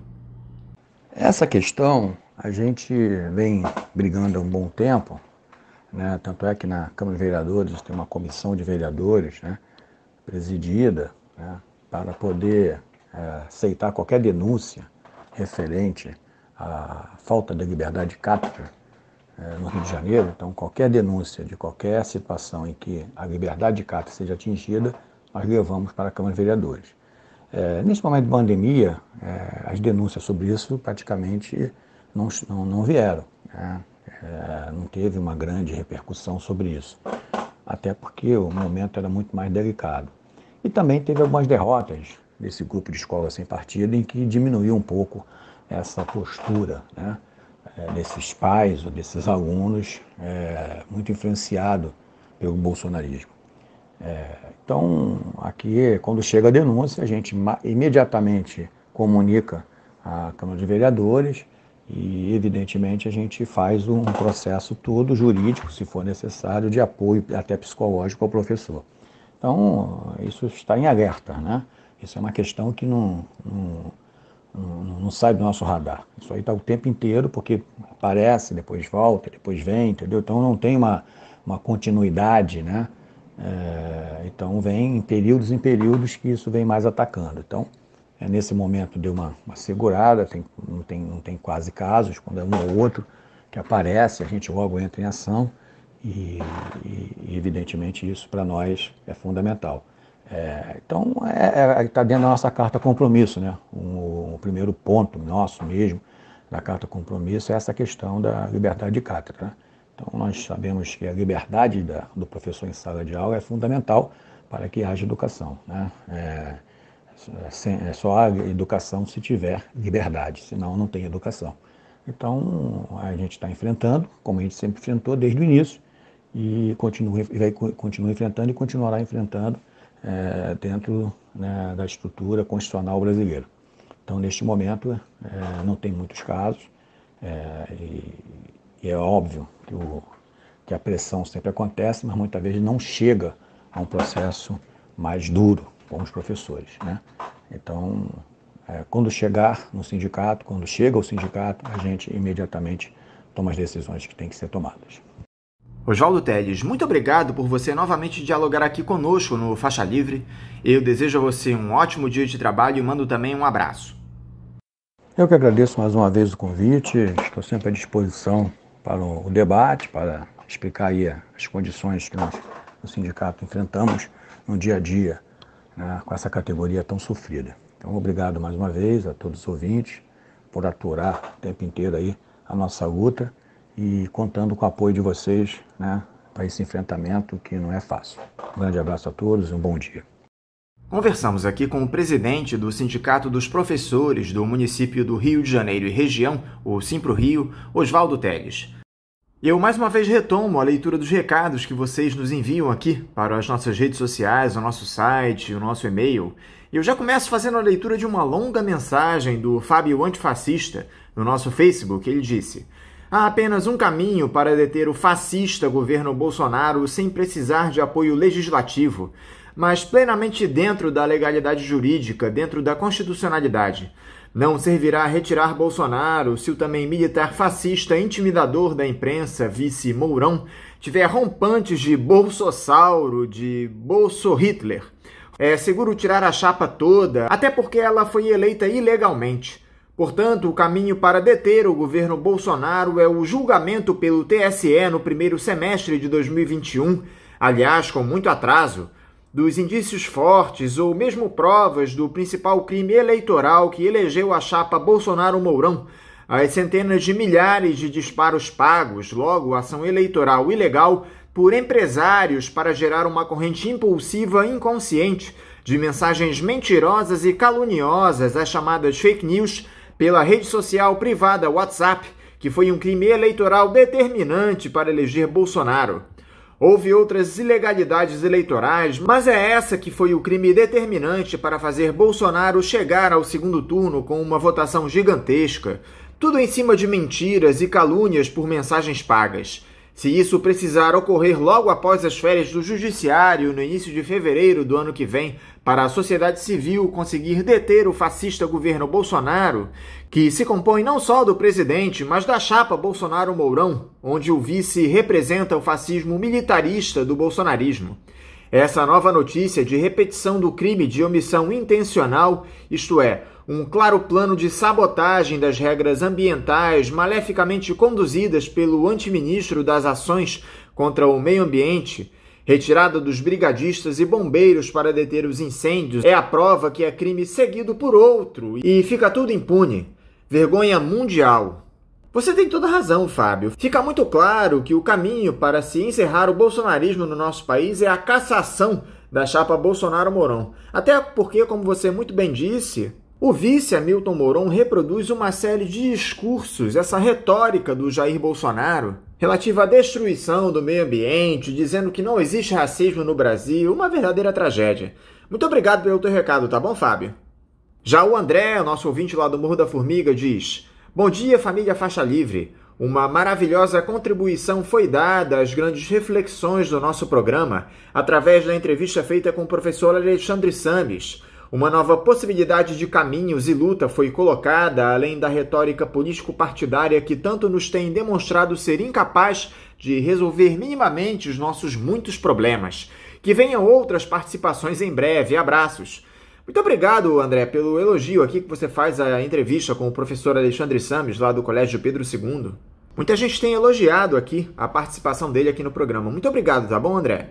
Pelo YouTube, o Cláudio Geminiani critica aqui os partidos da dita esquerda. Ele diz: uma oposição fingida, tá certo.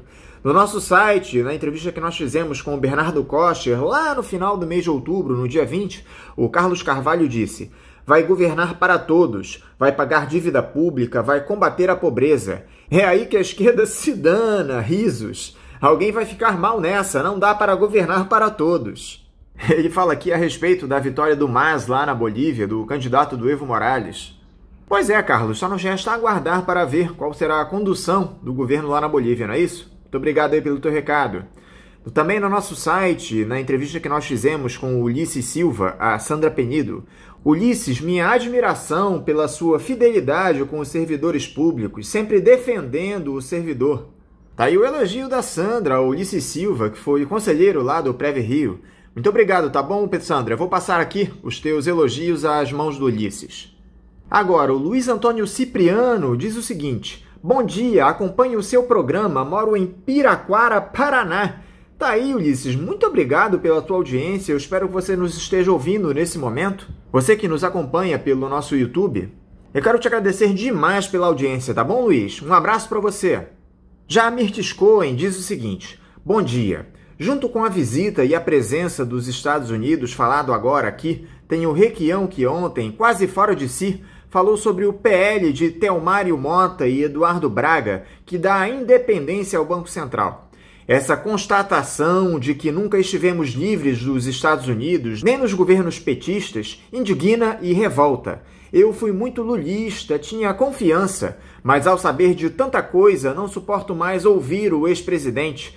Se gaba de ter dado soberania ao Brasil, mas sempre estivemos no quintal dos Estados Unidos. Ver o meu país assim dá muita tristeza. Aceitar? Lutar como? Tá aí a indignação da Mirtes Cohen em relação aos governos do PT aqui no Brasil. Pois é, Mirtes, houve uma série de avanços no nosso país durante os 13 anos do governo petista, mas é muito evidente que nós seguimos nessa trajetória de total dependência ao imperialismo, não é isso, Mirtes? Não houve qualquer sinal de ruptura com essa lógica, tanto pelo Lula quanto pela Dilma. Infelizmente, essa é que é a verdade. Isso sem falar no acordo que eles fizeram lá com o grande capital pela governabilidade. Todo mundo sabe que nós temos uma série de críticas aos governos do PT. Mais uma vez, muito obrigado pelo teu recado, Mirtes.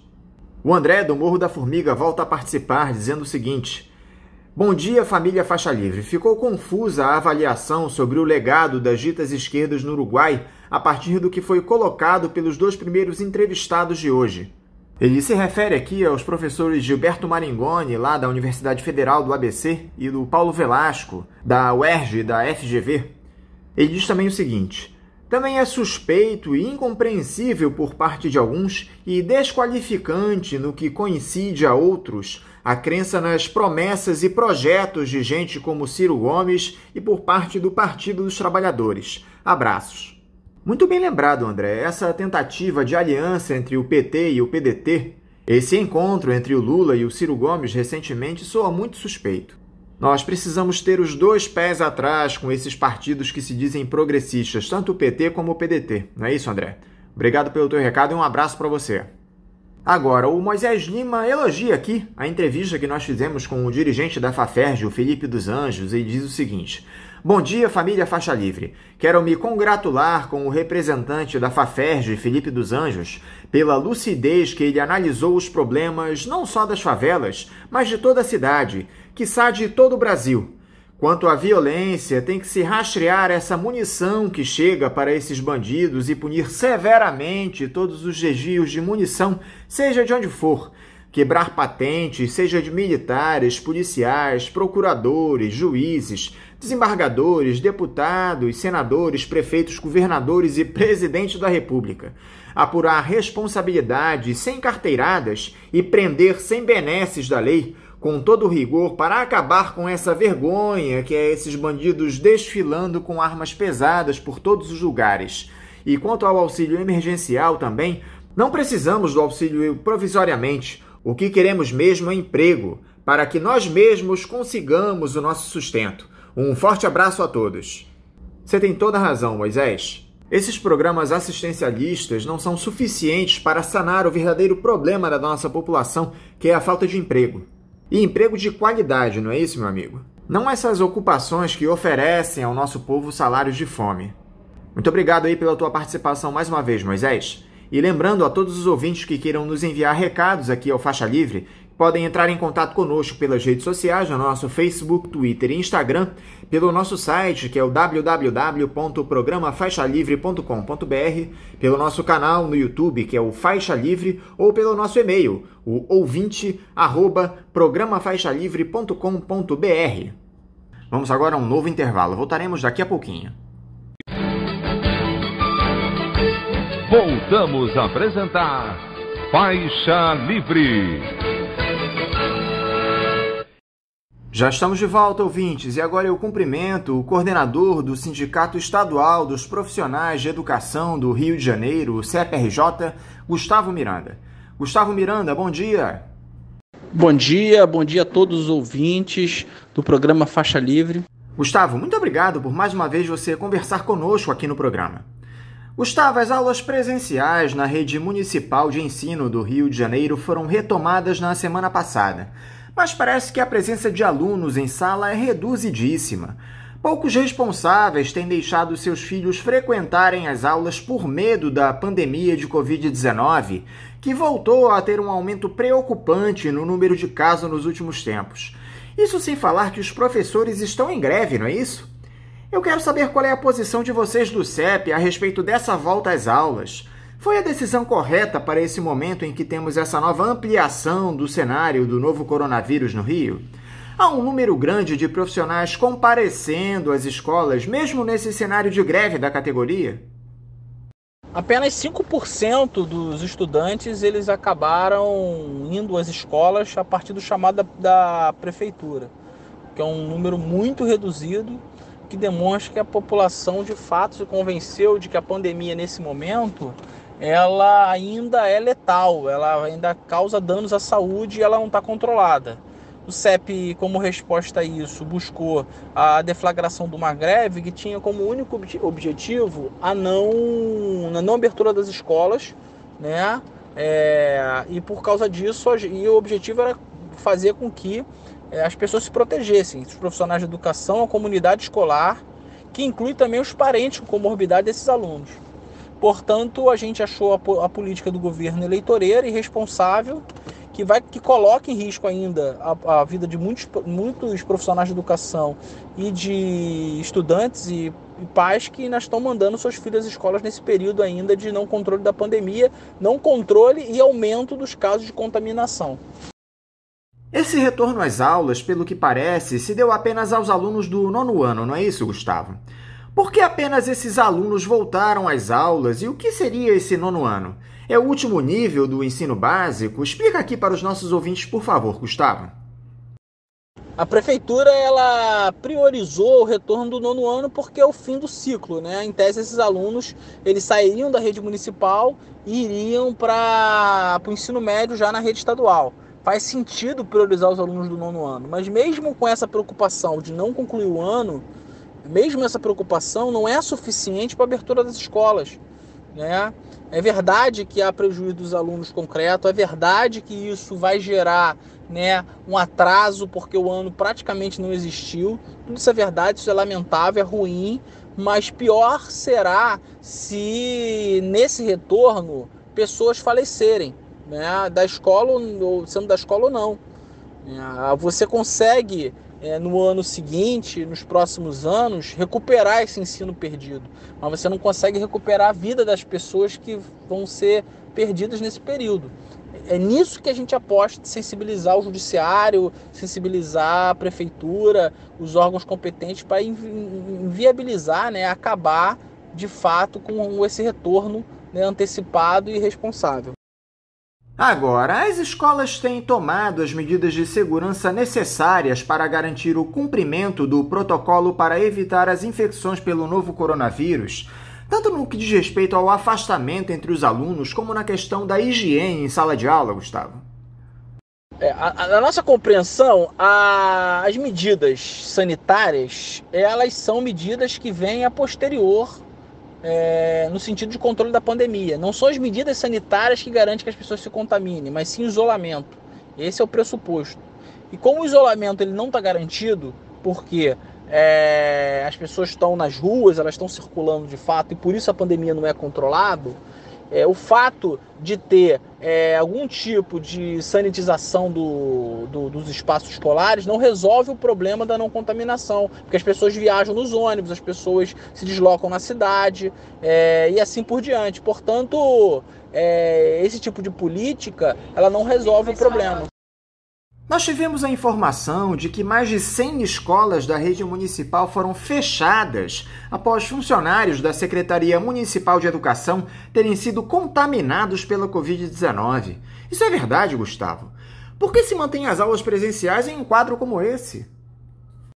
De fato, o número de escolas que acabaram sendo fechadas nesse período já ultrapassam mais de 100 escolas, o que demonstra a nossa tese de que as pessoas, elas, na medida que circulam pela cidade e interagem na escola, que é um espaço, né, que não garante o isolamento, a tendência é as pessoas se contaminarem cada vez mais e colocar em risco as outras pessoas. Algumas escolas, a gente vê que há uma política da direção de fechar imediatamente, mas a gente está vendo muita forçação de barra por parte das regionais, no sentido de manter a escola aberta, exatamente para manter o índice, né, de escolas abertas para apresentar para a imprensa, sobretudo nesse período pré-eleitoral ainda, né, de pré-segundo turno. Mas a gente vem cotidianamente fazendo contato com os profissionais de educação, muitos deles chegam até nós denunciando e a gente coloca na nossa lista como escola que tem Covid e que é necessário fechar imediatamente. Vocês do CEP chegaram a recorrer à justiça contra a retomada das aulas presenciais, Gustavo. Qual foi a posição do judiciário nesse sentido?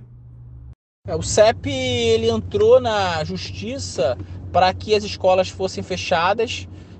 A gente colocou para o Poder Judiciário de que é necessário pelo menos ter uma perícia que possa apresentar de maneira técnica e objetiva quais são os limites da abertura, o que é possível abrir, qual tipo de estrutura de escola é possível abrir. Nós sabemos que a rede municipal do Rio de Janeiro tem muitas características. Por exemplo, as escolas onde são CIEPs são escolas em que não há circulação, todas as salas são fechadas para a utilização do ar-condicionado. Essas salas fechadas, elas acabam ficando, né, sem circulação de ar. Tem diferenças de fechamento. As escolas que têm maior circulação de ar também foram fechadas porque na implementação do ar-condicionado. Os refeitórios não têm circulação de ar também. Portanto, o que a gente vem, né, debatendo junto à Secretaria de Educação e levando para a Justiça esses argumentos de que primeiro é preciso periciar as escolas. de toda forma, o nosso pedido principal é o fechamento imediato das escolas, de toda a rede municipal, com a não presença nem dos estudantes e nem dos profissionais de educação. Os professores da rede municipal estão em greve, como nós já abordamos anteriormente. E ontem pela manhã eles realizaram uma assembleia virtual para definir a continuidade da paralisação. O que ficou definido nesse encontro, Gustavo? A rede municipal está em greve desde julho, porque quando os primeiros profissionais foram convocados, já em agosto, diretores e profissionais de apoio, nós deflagramos a greve. De lá para cá, nós estamos numa batalha com o governo para fazer com que esses profissionais não sejam obrigados a ir para a escola, sobretudo os que têm comorbidade. Posteriormente, o governo avançou para essa política, próximas eleições, durante o processo eleitoral, melhor dizendo, ele avançou para uma política de que os professores deveriam retornar, né, com os professores e os próprios alunos, porque até a princípio as escolas não estavam funcionando com aula, somente a parte administrativa. Então, a gente foi à justiça e a gente fez uma assembleia com mais de 1.000 inscritos, né, do qual a maioria dos profissionais definiram pela greve, pela continuidade da greve, agora ampliada também para os profissionais de educação, mas a manutenção, né, do ensino remoto, né, porque a gente entende que é importante manter, né, a interação com os estudantes, é um momento muito difícil. Hoje, né, nós fizemos uma outra assembleia. Essa assembleia ela ainda não tem resultado, porque o resultado vai sair mais para a noite. Teve um debate. Posso garantir que o resultado vai ser a manutenção da greve, na medida que nenhum profissional que estava presente quis defender a suspensão. Então, talvez não por unanimidade, mas por ampla maioria, a gente vai garantir a continuidade da greve. A gente acha que essa política do Crivella é eleitoreira e que é possível que essa política tenha uma nova orientação pós-eleição. E qual é a principal reivindicação dos professores, Gustavo? O que eles mais reclamam em todo esse cenário? A principal reivindicação dos professores nesse período, né, dos profissionais de educação em geral, são a seguinte. Primeiro que a prefeitura ela fez um decreto que ela define uma série de regras de como vai ser esse retorno. E dentre essas regras ela coloca a questão das comorbidades. O problema é que essa palavra, né, é muito bonita, entretanto, né, ela tem pouca definição e a prefeitura deixou um montão de gente de fora, como hipertensos, as lactantes, as mulheres grávidas. Isso está criando muita confusão na categoria, porque parte da categoria, parte significativa da categoria, acha que não tem que retornar porque tem comorbidade. Além disso, a prefeitura esqueceu dos profissionais que moram com gente que tem comorbidade. Você imagina você obrigado a ir para a escola e pegar um ônibus lotado, né, interagir com o estudante 2, 3 vezes por semana e ter um pai, alguém doente ou um pai idoso de 80, 90 anos que mora com você, por exemplo, né? E a prefeitura deixou de lado esse grupo, né, que não tem uma comorbidade, porém convive diretamente com gente que tem comorbidade. Então esse é um problema. O terceiro problema é que a prefeitura, ela, apesar de propagandear que deu toda a estrutura, isso a gente não consegue perceber, né? Algumas escolas, algumas têm estrutura, mas como a gente já conhece, as escolas que são mais distantes, mais na periferia, são as escolas que sofrem com falta de estrutura, né? Isso é uma reclamação, né, cotidiana dos profissionais de educação. Quanto ao calendário do ano letivo, Gustavo, já há uma definição a respeito disso? Vocês já sabem quando esse período será encerrado? Como é que isso pode prejudicar os alunos? Com relação ao ano letivo, a situação é dramática, porque esse ano praticamente não teve aula. O ensino remoto não funcionou pelas debilidades da nossa sociedade, a falta de conectividade, uma série de problemas que os alunos e os professores enfrentaram. Isso é uma realidade. A gente propôs para o Estado e para o município uma fórmula de juntar anos, né? Juntar o ano de 2020, 2021 e 2022. O Estado, por exemplo, acenou juntar 2020 e 2021. A gente acha que é pouco, né? Portanto, a gente acha que a situação nesse momento é, primeiro, acabar de enfrentar a pandemia, porque não adianta criar um prognóstico que se as aulas vão voltar em janeiro, se a gente está falando em segunda e terceira onda, não faz sentido. Então, esse é o primeiro ponto. Preparar um cenário para caso a pandemia continue, porque os governos de fato, eles observam a pandemia, mas não tomam nenhuma política efetiva de combate à pandemia, no sentido de manter os profissionais em casa, os estudantes em casa e aumentar a qualidade do ensino remoto, por exemplo. Isso não é colocado. Então pode ser que a gente tenha começado uma pandemia em março, vá para março do ano que vem, e a relação do profissional e do estudante com, né, a internet não tenha sido melhorada em nada. Né? A entrega dos chips é uma lenda, a questão de algumas áreas que não têm, né, acesso à internet também não consegue resolver. E a nossa política é aumentar a conectividade, entregar material por escrito, né, apostilas e tudo mais, né, e sobretudo vencer a primeira pandemia. A partir daí, vendo que esse problema foi resolvido, seja com vacina ou não, a gente avança para criar um programa amplo, né, de reforço escolar no ano de 2021 e 2022, no mínimo, né, com contratação de profissionais habilitados. Tudo isso precisa ser pensado com orçamento, com dotação orçamentária, porque não adianta falar que vai fazer sem garantir concurso público, gente nova, colocação de reforço, né, com novos concursados, senão não vai funcionar. Senão é tudo para fazer manchete e não resolver o problema. Nós teremos no próximo domingo, Gustavo, a realização do segundo turno das eleições municipais aqui no Rio de Janeiro, que vai escolher um novo prefeito para um mandato de 4 anos. O Sindicato dos Professores do município do Rio de Janeiro, o Simpro-Rio, enviou uma carta compromisso aos 2 candidatos, tanto o Marcelo Crivella como ao Eduardo Paes, cobrando de ambos a respeito dos dilemas do ensino na cidade. Vocês do CEP chegaram a tomar alguma iniciativa semelhante? Vocês têm dialogado com os 2 candidatos sobre as propostas deles para a educação no município? O CEP não definiu posição política nem para o prefeito Marcelo Crivella, nem para o candidato Eduardo Paes, ex-prefeito Eduardo Paes. Nós fizemos um debate hoje, durante a Assembleia, de que os 2 foram péssimos prefeitos para a educação. Eduardo Paes nos tratou à base de bombas em 2013 e 2014. Né? Aprovou um plano de carreira que estava longe de significar o plano de carreira apresentado pela categoria ele próprio, Eduardo Paes. Crivella, por sinal, sem projeto na educação, nos deixou dos seus 4 anos, só fez o reajuste somente no segundo ano, em 2019. Né? Do ponto de vista financeiro, foi o pior prefeito para a educação. Não só não reajustou o salário com base na inflação, como não reajustou nada, deu 0 de aumento para a gente. Isso é um problema enorme. Portanto, a categoria, ela de fato, ela está farta dos 2. E o CEP, a posição do sindicato é se manter na luta com a independência política que nos é costume. Agora, do que diz respeito à carta de intenções e à carta de compromissos, a gente tem a tradição sim, nós apresentamos a carta compromisso tanto para o Crivella quanto para o Eduardo Paes.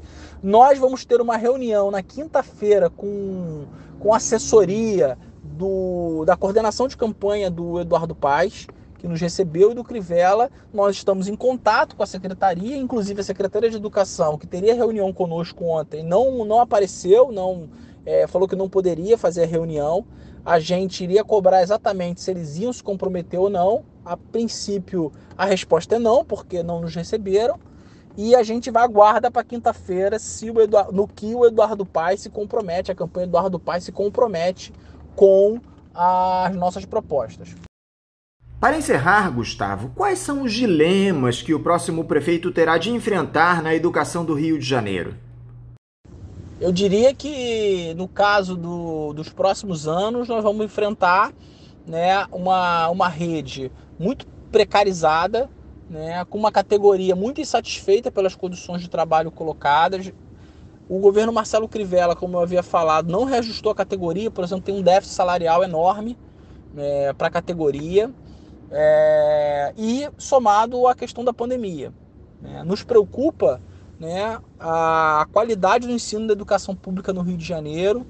no estado em geral, mas no município é inimaginável uma prefeitura com recursos ter índices tão baixos no IDEB, por exemplo. E isso é uma realidade do Rio de Janeiro, fruto da política tanto do Eduardo Paes quanto do Marcelo Crivella. A tendência é que essa qualidade caia ainda mais, porque os alunos não tiveram aula. Então, se não houver um grande programa, né, de recuperação do tempo perdido, um grande programa, né, de garantia de melhores condições de trabalho, né, inclusive construção de escolas e melhoria das que existem, né, de valorização profissional, a tendência é que a qualidade da rede municipal do Rio de Janeiro, que é a maior rede municipal da América Latina, com mais de 1.500 unidades, caia sensivelmente, né? Isso impacta a população em geral, na medida que as escolas privadas, que muitas delas entraram em falência, estão vários alunos dessas escolas privadas estão indo para a escola pública.